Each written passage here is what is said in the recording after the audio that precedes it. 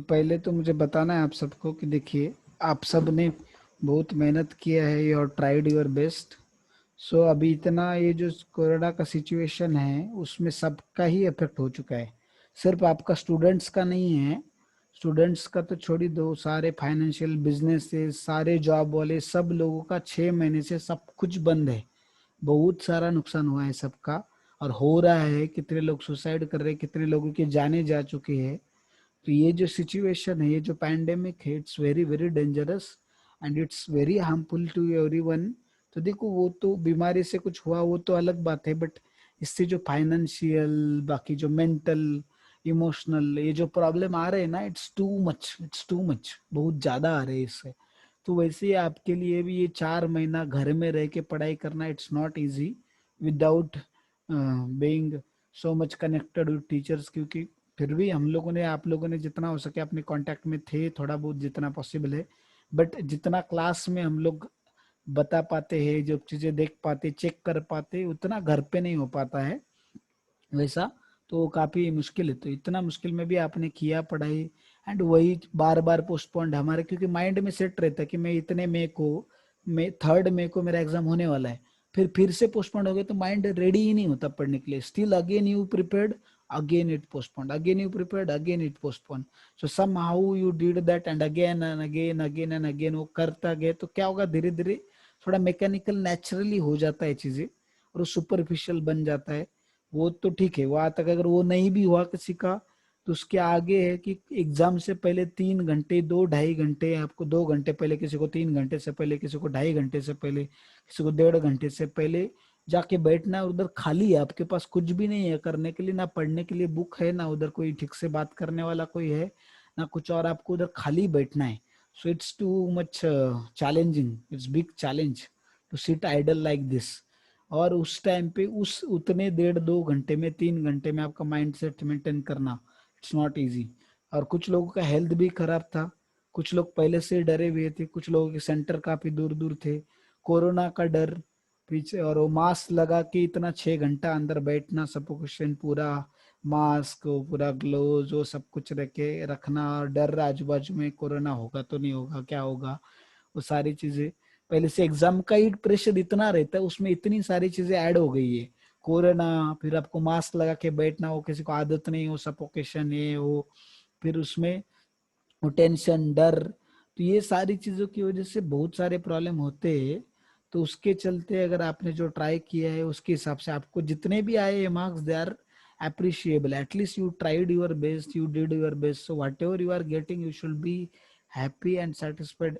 I can't say happy, happy नहीं बोल सकता मैं, but at least you should be normal. You should not take so much tension, और बहुत ये लेके डिस्टर्ब होके उसके बारे में लैमेंट करते रहना, रोते रहना और कोसते रहना अपने आप को, वैसा नहीं है। तो देख, कितने सारे स्टूडेंट है जो एग्जाम नहीं दे पाए, जिनको कोरोना पॉजिटिव थे। कितने सारे लोग रैंकर होंगे, टॉपर होंगे, उसमें से भी कुछ लोग एग्जाम नहीं दे पाए हैं, उनका एग्जाम मिस हो गया। At least you could give exam, तो you should be grateful to that कि at least you are able to give exam. और आपको किसी को कोरोना के अभी तक कुछ सिम्टम नहीं पाए गए, इतने दिन गए आप एग्जाम होके, इतने दिन हुए। तो be fortunate that, be feel fortunate that उससे सबसे बचे आप। तो वो सारी चीजें नहीं है। तो अभी जितने भी आए हैं, अभी उसमें क्या क्या हुआ क्या नहीं, ऐसा नहीं कि मैं बहुत खुश हूँ। आई am also sad about your results, क्योंकि आपको, आप सबने इतना मेहनत किया था, उसके लिए मैं थोड़ा सा दुखी हूँ। But I am happy that you all of you tried your best. किसी को पछताने का समय नहीं है, पछताने की जरूरत नहीं किसी को, क्योंकि you are not wasted your time. आपने आपका बेस्ट दिया, जितना हो सके उतना किया है। और रीजन जो भी रहे, वो रीजन की वजह से जो भी प्रॉब्लम जिसको हुए है, so you forget about it, है ना।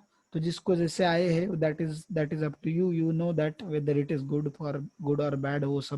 वो सब सोचने का जरूरत नहीं। अभी क्या करना है आगे, दैट इज मोर इम्पोर्टेंट।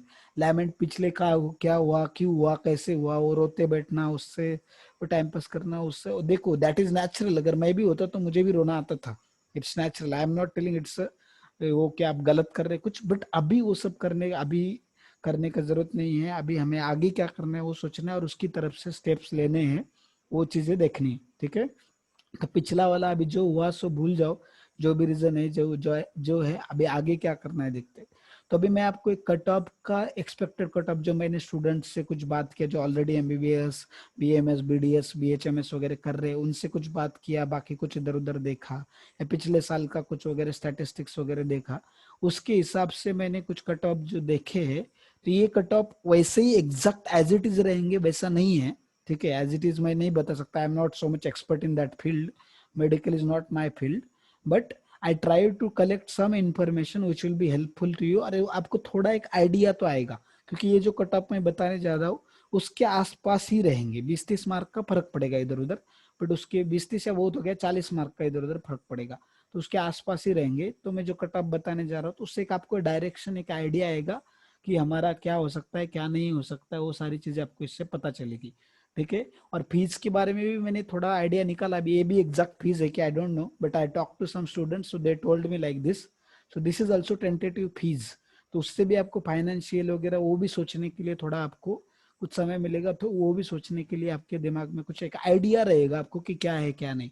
और दूसरा चीज है कि काउंसलिंग जो है मेडिकल प्रोसेस के लिए, एडमिशन प्रोसेस के लिए, उसका क्या करना है, उसके लिए भी कुछ ऑप्शंस है, वो भी मैं बताने वाला हूँ। तो देखो अभी हम पहले कट ऑफ के बारे में देखते हैं।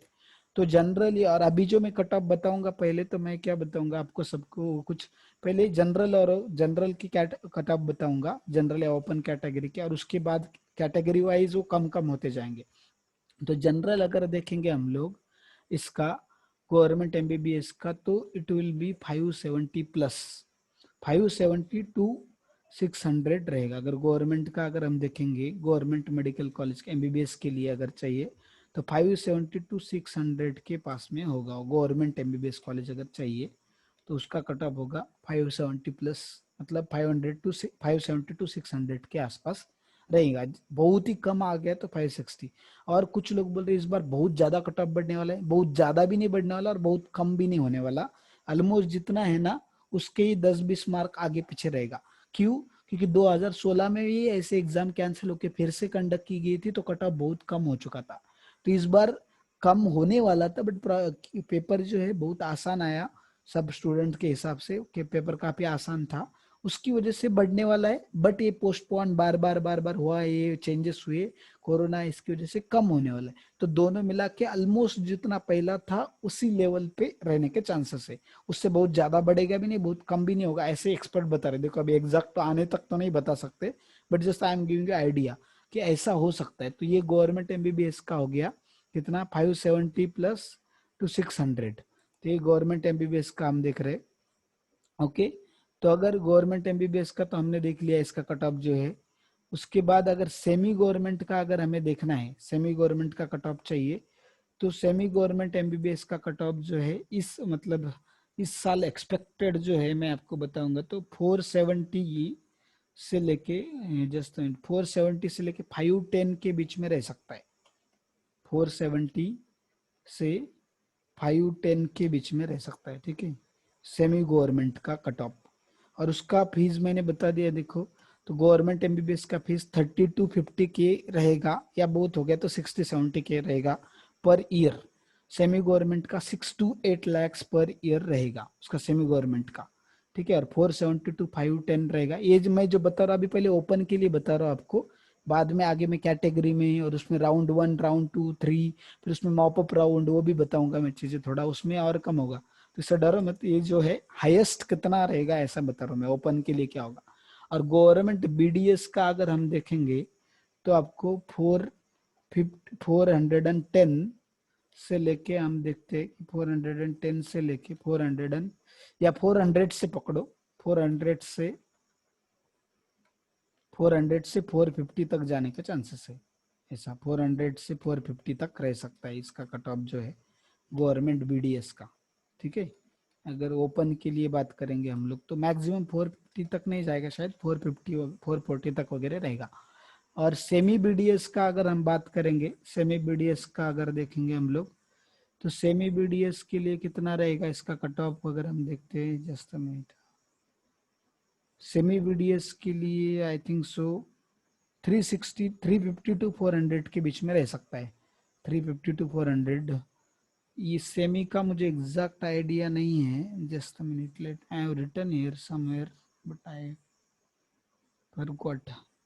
ओके, तो सेमी के लिए देखेंगे हम लोग, तो वो भी ऑलमोस्ट इतना है। ये वाला जो है सेमी गवर्नमेंट के लिए आप पकड़ के लो, सेमी बीडीएस के लिए उसका भी थ्री, हम लिखते हैं कि 400 से पकड़ के चलो, आप 370 टू 400 ऐसा पकड़ के चलो।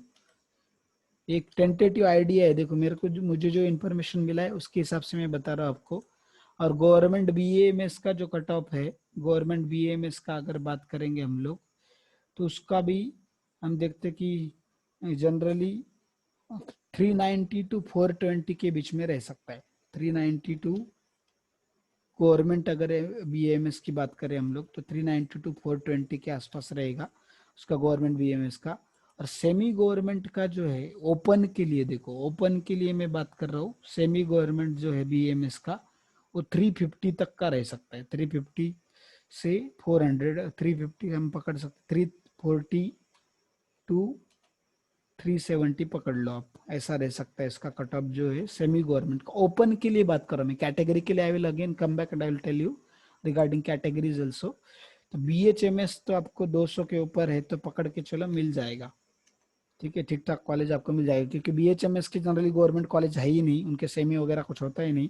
बस पूरे इंडिया में शायद एक या दो गवर्नमेंट कॉलेज है, वो भी कोलकाता में किधर तो है, महाराष्ट्र में तो नहीं है शायद। तो उसके प्राइवेट ही कॉलेज होते हैं, बट प्राइवेट का फीस भी बहुत कम होता है, 80 टू 1.2 लैक्स होता है। 80K टू 1.2 लैक्स पकड़ के चलो आप, 80,000 टू 1.2 लैक्स। तो 200 प्लस भी है अगर किसी को, तो वो पीएचएमएस मिलने का चांसेस है। तभी देखिए कैटेगरी वाइज गवर्नमेंट एमबीबीएस अगर किसी का SC ST है, तो SC ST वालों को अगर देखते हैं हम लोग, आपको 450 पे भी मिल सकता है, यहाँ तक तो मैंने तो सुना 400 पे मिल जाएगा, ठीक है। SC अगर किसी का है तो SC ST तो 400 पे भी मिल जाएगा ऐसा मैंने सुना। बट एटलीस्ट आप 450 पकड़ के चलो, 430 420 पे अगर है किसी का तो उस पर मिलने के चांसेस है उसमें कैटेगरी में। ओबीसी वालों को 550 तक मिल सकता है, 550 अगर पकड़ ले, 550 टू 580 तक के बीच में रह सकता है उसका, ओबीसी वालों को।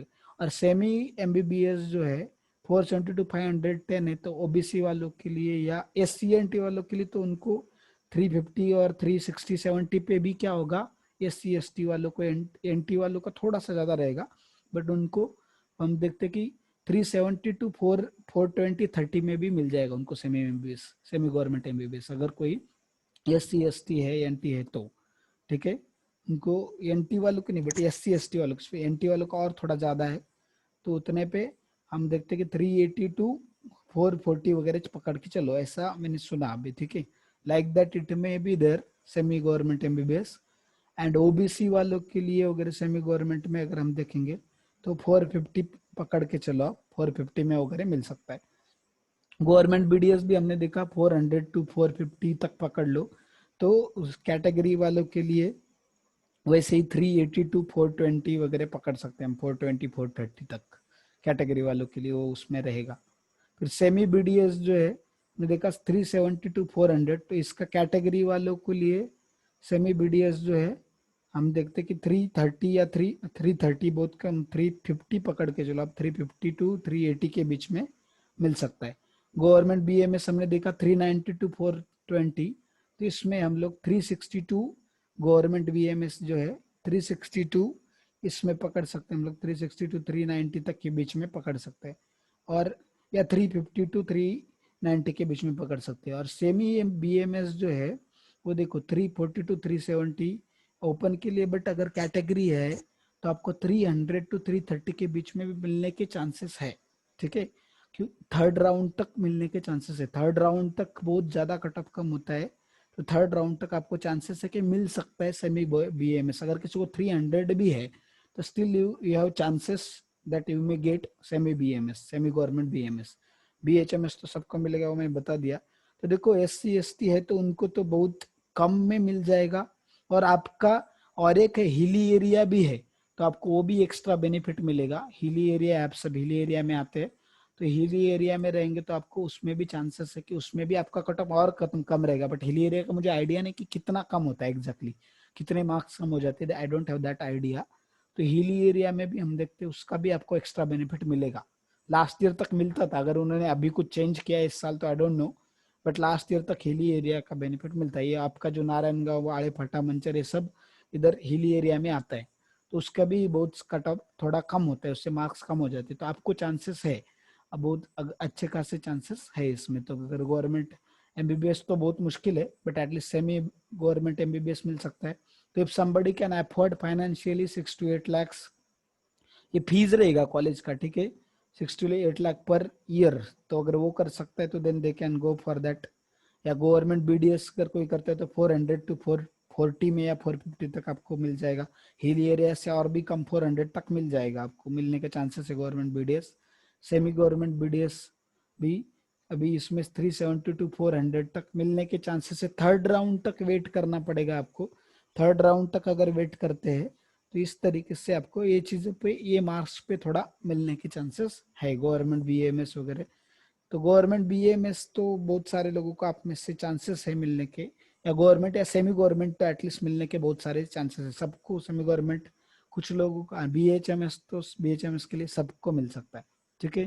तो these are the things regarding cut offs, कितना रह सकता है, फीस कितना रह सकता है। और ये फीस भी अभी ये जो मैंने बताई वो ओपन के लिए फीस बताया आपको। तो अगर ओबीसी है तो आधा हो जाएगा, एससी एसटी या एनटी है तो उनके लिए तो पूरा 10-20% ही लगता है, बस 10 to 20% लगेगा। ओपन वालों का फीस लिखा है मैंने, जो लिखा है ना फीस यहाँ पे, वो ओपन वालों का फीस लिखा है।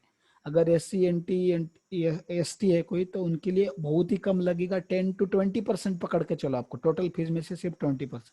ओबीसी है तो आपको 50%। तो सेमी गवर्नमेंट एमबीबीएस से किसी का अगर ओबीसी से लगता है तो आपको क्या होगा, 3 to 4 लाख पर ईयर में हो जाएगा आपका, ऐसा ही। बीडीएस का भी अगर हम देखें 6 to 7 लाख है तो 3 lakhs में हो जाएगा पर ईयर में। बीएमएस भी सेमी गवर्नमेंट है तो आपका 1 से 1.5 लाख में ईयरली फीस में हो जाएगा, सेमी गवर्नमेंट बीएमएस भी मिलता है तो। और बीएचएमएस का अगर हम देखेंगे तो बीएचएमएस का तो बी ओबीसी वगैरह उनके लिए 80, ये जो नॉर्मल फीस है उससे आधा वगैरह रह सकता है, पर इनका ज्यादा कम नहीं होगा। इनका गवर्नमेंट ने तो इनका भी आधा होगा शायद एसटी के लिए, तो उनका भी कम हो सकता है, ठीक है। तो फीस का इस तरीके से है। मार्क्स का मैंने एक आइडिया दिया आपको कि ऐसा आसपास रह सकता है।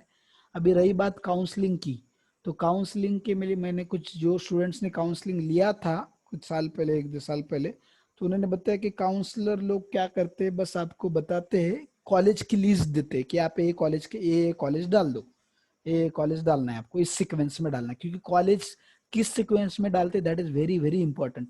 अगर आपने जो कॉलेज अच्छा है वो नीचे डाला और खराब ऊपर डाला तो आपको वो मिल जाएगा कॉलेज, और अच्छा वाला कॉलेज अगर आपको मिलने वाला रहा तो भी मिलेगा नहीं, क्योंकि आपने पहले ही ऊपर उससे बुरा वाला कॉलेज ऊपर डाल दिया है, तो वो प्रॉब्लम है, ठीक है। और वो कैसे डिसाइड करना है कौन सा कॉलेज अच्छा है कौन सा खराब है, तो उसके लिए आपको मेरिट लिस्ट देखना पड़ेगा कि पिछले साल का कट ऑफ क्या था, मेरिट क्या था, उस हिसाब से जिसका जितना मेरिट है उतना वो अच्छा कॉलेज है, सिंपल कॉमन सेंस है। एंड सीक्वेंस अगर आपको डालना है तो सीक्वेंस आपको जो लिस्ट डालनी होती है वो इसी सीक्वेंस में डालना होता है, government MBBS, semi government MBBS, government BDS, semi government BDS, government BMS, semi government BMS, फिर बीएचएमएस, ऐसा। और अगर किसी को लेना नहीं है, सपोज किसी को बीडीएस नहीं लेना है इसमें से, तो फिर गवर्नमेंट बीएमएस या सेमी गवर्नमेंट बीएमएस क्या कर सकते हैं आप, उसमें वो डायरेक्टली वो डाल सकते हैं, बीडीएस ऑप्शन ही मत डालो। अगर किसी को डालना ही नहीं, बीडीएस अगर मिला तो भी नहीं जाना है तो then you have option that आप उसको डालो ही मत, ऐसा है।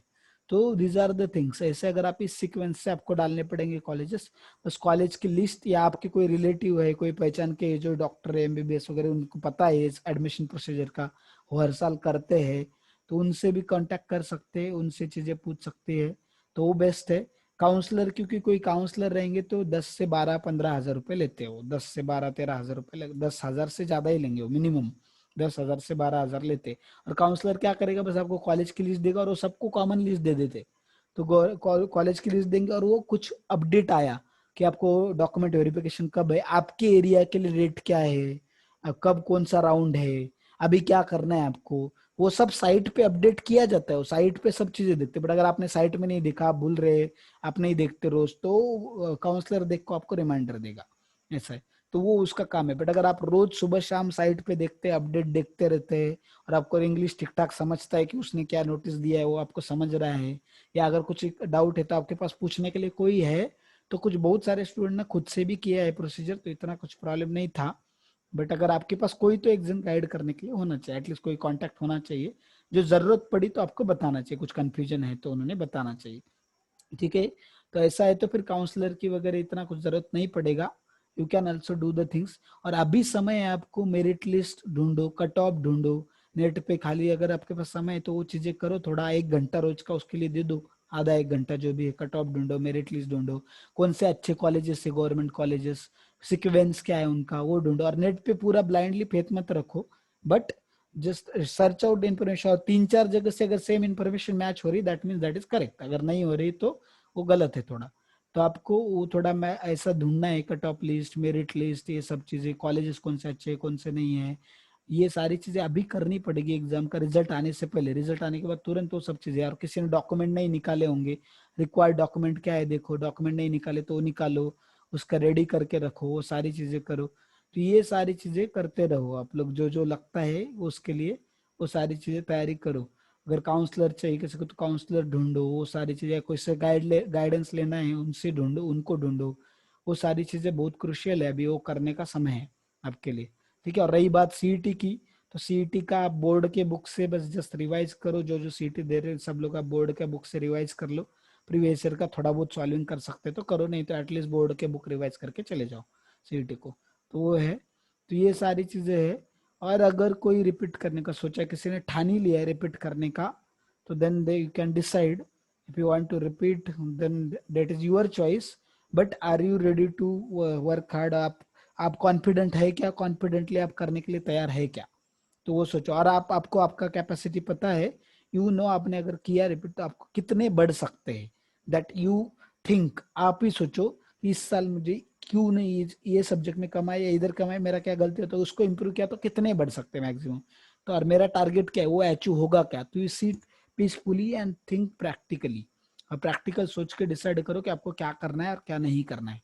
ठीक है, सो रिपीट का दैट ऑप्शन वो गलत नहीं, देखो ये मेडिकल के लिए बहुत सारे लोग हर साल रिपीट करते हैं, it's not a problem also, ये कुछ ऐसा गलत कर रहे हैं ऐसा कुछ नहीं है, but if you are ready for it, mentally prepared, और सब कुछ आप कॉन्फिडेंटली करने वाले हैं, सबको तैयारी है, घर वाले रेडी है, सब रेडी है, then you decide if somebody wants to do, I am not suggesting you, I am not recommending you to repeat, but जिनको लगता है जिनको करना है तो you just consult with some people, some seniors और some people in that field, आपका score बताओ, और आपको कौन सा कोर्स लेना है, वो मिलेगा क्या रिपीट करके, कितने बढ़ेंगे क्या, वो सारी चीजों को, सारे पैरामीटर का सब लोगों को पूछ के लिख के ले लो चीजें, और उसके बाद आप बैठ के क्या करो, ध्यान से आप बैठो, और उसके बाद शांति से सोचो कि मुझे क्या करना है क्या नहीं, और एक फाइनल कंक्लूजन लाओ, और उस कंक्लूजन पे अगर उस पे आपको कुछ हेल्प चाहिए, if somebody wants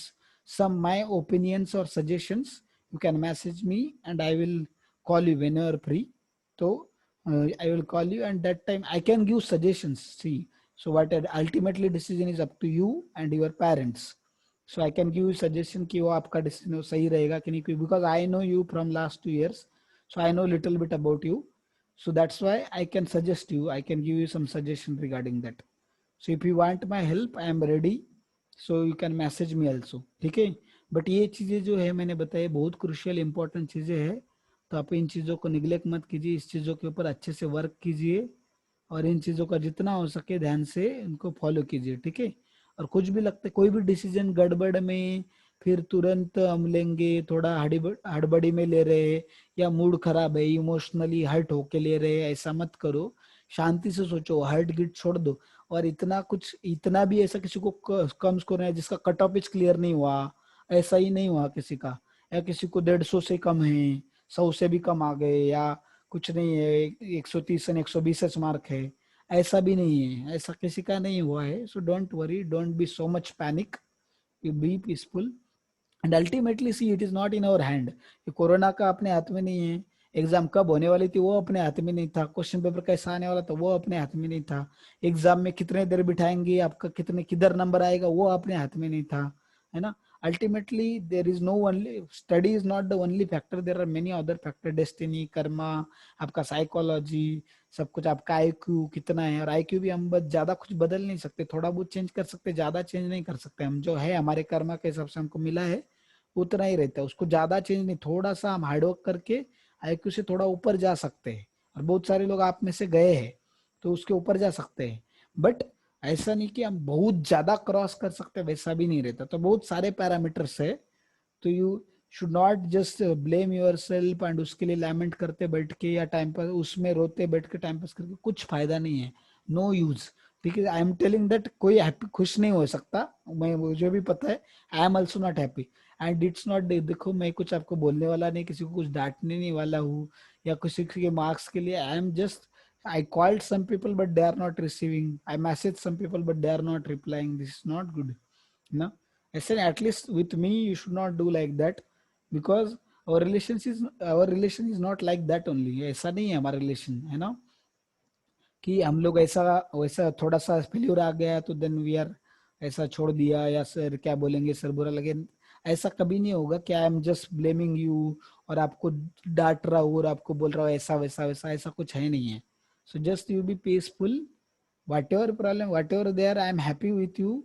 I'm fully happy with all of you, not you all of you with all of your score, but you have endeavored so nicely, you have followed everything very nicely, you have tried your best. So, and you have very good, you have learned very good quality submission, like responsible behavior, hard working, like reporting, ये सारी चीज जो आदतें लगी वो आपको बहुत काम आएगी।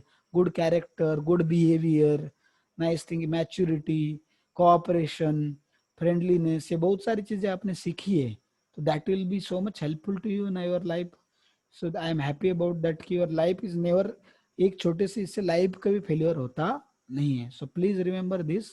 And another important thing is from tomorrow we are starting these courses, these are also very important.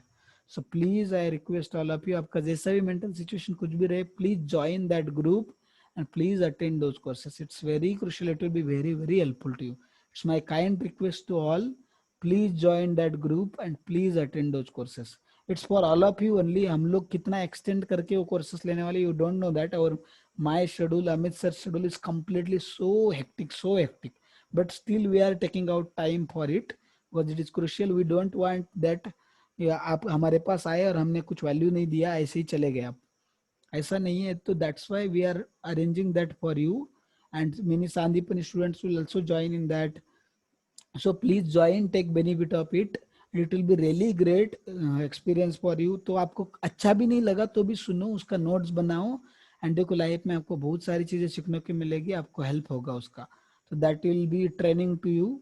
So it is very amazing courses, उसके डिटेल्स भी आपको बताए जाएंगे सारी चीजें। So this meeting is going to end in 1 minute. So please rejoin again for 10 minutes or 5 minutes. We'll just discuss for 5 minutes and then we'll stop. But please rejoin once again. ठीक है, सब लोग join कीजिए same ID से। I'll end this meeting and again I will allow to join. So please rejoin once again.